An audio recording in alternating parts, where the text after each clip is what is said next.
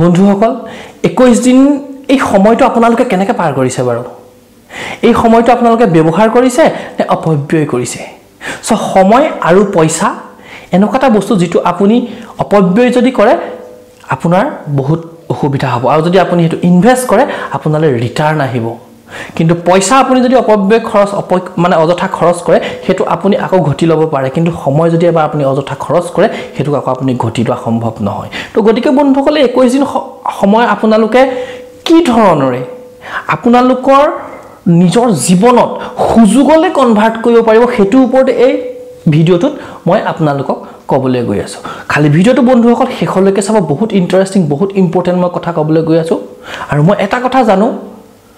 ইয়াত বহুত বেছি মানুহ আছে যি লাৰ্নিংত গুৰুত্ব নিদিয়ে এন্টাৰটেইনমেন্টত গুৰুত্ব দিয়ে এডুটেইনমেন্টত গুৰুত্ব নিদিয়ে এন্টাৰটেইনমেন্টত গুৰুত্ব দিয়ে কিন্তু এটা কথাই মনত ৰাখিব যদি আপুনি আৰ্নিং বঢ়াব বিচাৰিছে তে আপুনি লাৰ্নিং বঢ়াব লাগিব কিন্তু মোৰ যেতিয়া আপুনি ভিডিওটো চাই আছে হেতু আপুনি সময়ৰ অপব্যয় কৰা নাই আপুনি সময় ইনভেস্ট কৰিছে কাৰণ মোৰ ভিডিওৰ পৰা আপুনি লাৰ্ন পাব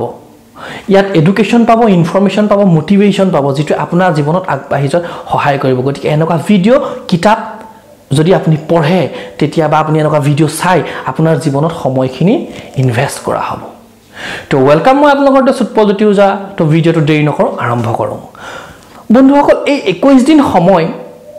আপুনি যদি যি ঘটি আছে সেইখিনিতে বিলীন হৈ যায় তেতিয়া আপোনাৰ কাৰণে বহুত প্ৰবলেম হ'ব কাৰণ সব এই 21 দিনৰ পিছত বা 3 মাহৰ পিছত বা যেতিয়াই নহওক কৰোনা ষ্টেজ 5 কমপ্লিট কৰাৰ পাছত সব ষ্টেবল হৈ যাব চাইনাৰ নিচিনাকে ওভাৰকাম কৰিব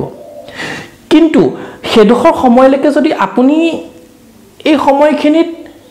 আপোনাৰ দৈনন্দিন কৰিবলগীয়া কামখিনিৰ পৰা যেটা বঞ্চিত হৈ আছে লগতে আপোনাৰ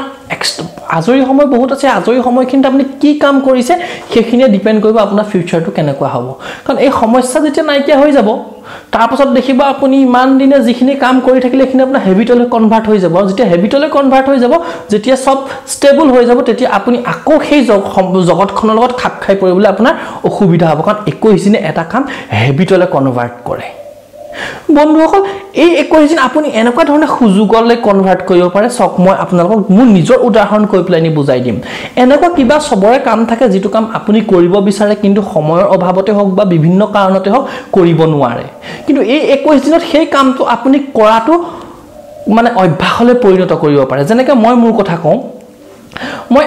আজি অলপ দিনৰ আগতে ট্ৰান্সেন্ডেন্টাল মেডিটেশন বুলি এটা কোৰ্স জয়েন কৰিছিলো যেটো মই মেডিটেশন শিকিছিলো কিন্তু মই মেডিটেশনটো কন্টিনিউ কৰিব পৰা নাছিলো মই কিন্তু ভাবি আছিলো যে মই মেডিটেশনটো কন্টিনিউ কৰিব পৰা হলে কিন্তু কিবা কাৰণত মোৰ এটা থাকি যায় মোৰ ডেইলি ৰুটিনখনত এই মেডিটেশনটো ইনক্লুড হোৱা নাছিল কিন্তু এই 21 দিন সময়ত মই গম পালো যে ইয়াত মই এটা মানে যিজনৰ পৰা মই শিকি আছো তেখেতৰ পৰা এটা মেছেজ আহিলে যে এটা জুম কল হৈছে এটা ভিডিও কনফাৰেন্স হৈছে যিটোৰ যোগেদি মেডিটেশনটো সদায় ৰাতিপুৱা 7টা বজাত আৰু ইভিনিং 7টা বজাত আমি একেলগে ভিডিও কনফাৰেন্সত সকলোৱে কৰিম তো তেতিয়া মই জুম এপছটো ডাউনলোড কৰি মই এটা ট্ৰান্সেন্ডেন্টাল মেডিটেশন অলমোষ্ট 6 ডেজ 7 ডেজ চলি আছে মই ভিডিও কনফাৰেন্সত কৰি আছো আৰু তাৰ পৰা মোৰ বহুত লাভ হৈছে আৰু মোৰ এটো 21 দিনত হেবিটলৈ কনভাৰ্ট হৈ যাব আৰু মোৰ তেতিয়া এটো ডেইলি ৰুটিনত এড হৈ যাব তো গতিকে আপোনালোকৰ এনেকুৱা বহুত কাম থাকিব যেটো আপোনালোকে বিচাৰে কিন্তু কৰা হোৱা নাই আজিৰ পৰা মই কৈছো আপোনালোকে এই কামটো কৰক আৰু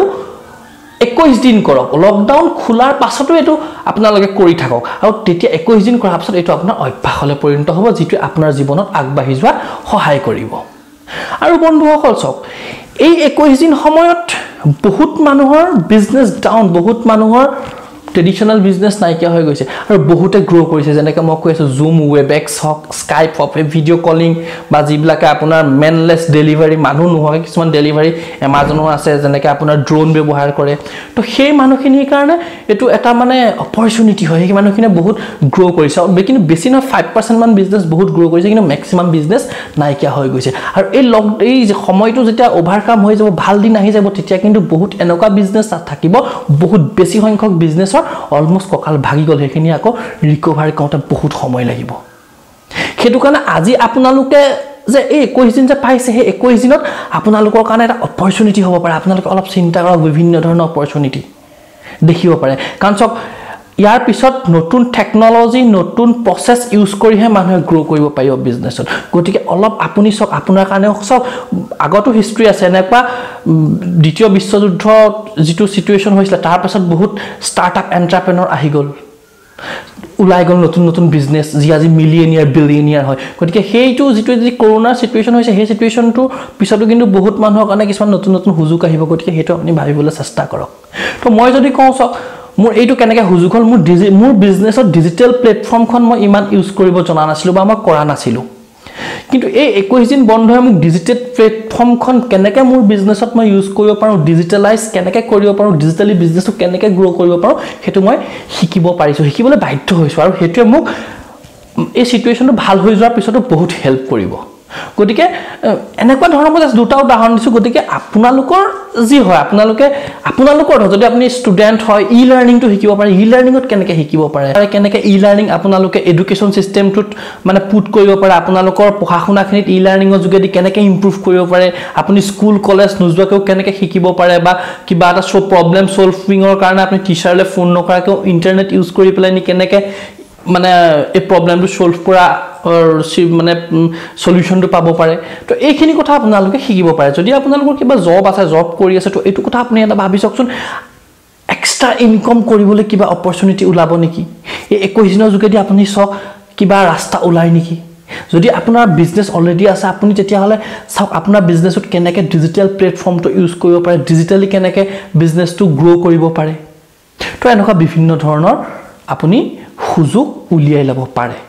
আৰু শেষত এটা কথাই কওঁ বন্ধুসকল বহুত মানুহৰ জীৱনটোত সপোন লক্ষ্য আছে তো গতিকে এই 21 দিন বা 3 মাহে হওক সেই কিমান দিন হয় এটো নাজানো তো এই সময়ছত আপোনালোকে কিন্তু আপোনালোকৰ সপোন আপোনালোকৰ লক্ষ্যৰ পৰা আঁতৰি পেলাই নি এইবিলাকৰ মাজত সোমাই নপৰিব কাৰণ সময় সব ঠিক হৈ যাব এদিন কাৰণ একো বস্তু পৃথিৱীত পাৰ্মানেন্ট নহয় সব টেম্পৰাৰী হয় এইবিলাকো গুছি যাব তো তেতিয়া যাতে আপোনালোকে আপোনালোকৰ সপোন আৰু লক্ষ্যৰ ফালে আগবাঢ়োতে আপোনালোকৰ যে একো অসুবিধা নহয় এটো কাৰণে আপোনালোকে ৰণনীতিটো বনাই থাকক যাতে এই গিদিনত যেতিয়াই খুলিব তেতিয়া আপুনি আপোনাৰ গোল বা মানে লক্ষ্য বা সপোনৰ ফালে কেনেকৈ আগবাঢ়ি যাব তো ধন্যবাদ ভিডিওটো আৰু দীঘল নকৰো অলৰেডি অলপ দীঘল হলে